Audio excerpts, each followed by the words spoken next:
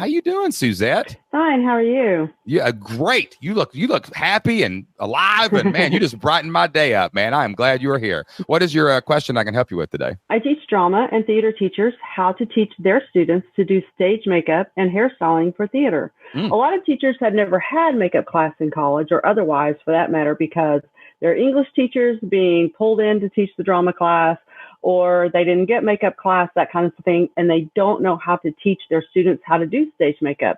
And that's where I come in. I happen to be a licensed cosmetologist, and I design hair and makeup for the theater. Wow. So that's my job every day, and I teach it I've taught at the college level, high school level, etc.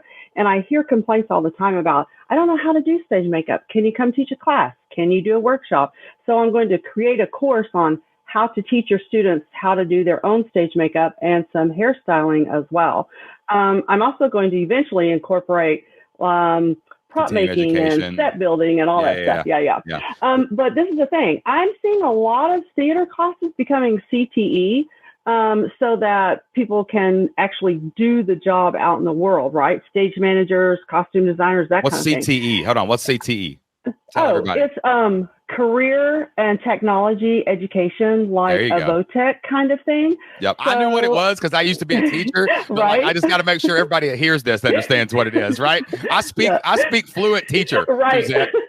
Right. And that's one of the reasons why I wanted to talk to you about this, because I'm also thinking about getting my course accredited. I've got a little list over here on my Post-it notes that you make everybody write on how to get accredited. Gotcha. But I'm wondering if the CTE might be something like an added bonus.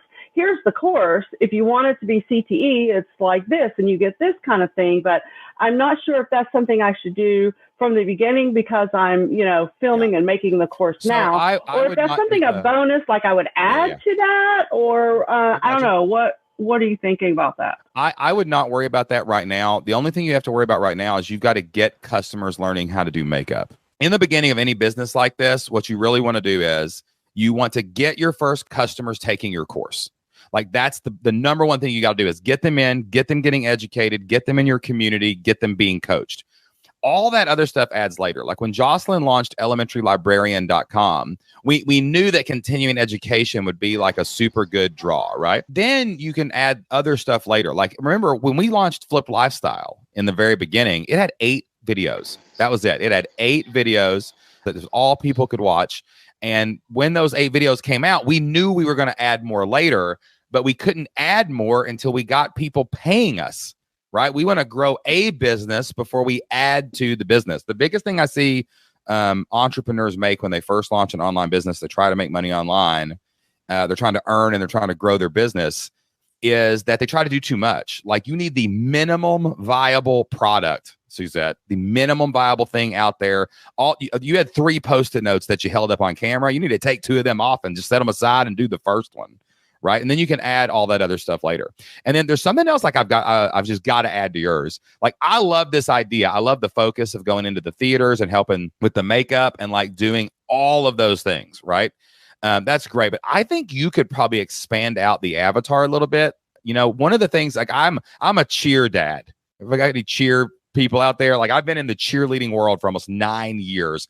Going to my daughter Anna Jo goes to all these cheerleading competitions. Before that, we did pageants. Before that, we did dance. I mean, I've just been like down the feminine rabbit hole in my entire. I know more about pink and purple and sparkle than any man should ever know. Honestly, what I love is like I think about all these dads and even these moms who they have to put on all this. They have to put on makeup for these cheerleading competitions because they're on stage. They have to put on cheerleading for all this makeup. And these moms and these, especially the dads, like if God forbid anything ever happened to Jocelyn, I had to take Anna Jo to a cheerleading competition for myself. I was begging the other moms to like help me.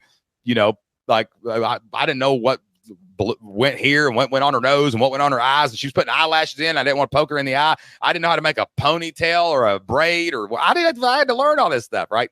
Like I wonder if like you could too like expand that out, because it's like any parent who's like, hey, do you not know how to get makeup on a kid? Well, here's how to get makeup on a kid. You can use it for stages. You can use it for cheerleading. You can use it for gymnastics. You can use it for dance. You can use it for all these things. You know what I'm saying? And like, I think I would focus more on get a basic course for doing the makeup, and expand your reach and be like perfect for anyone putting makeup on a kid who doesn't know how to do it, right? Because a lot of people, they just don't, and they don't want to.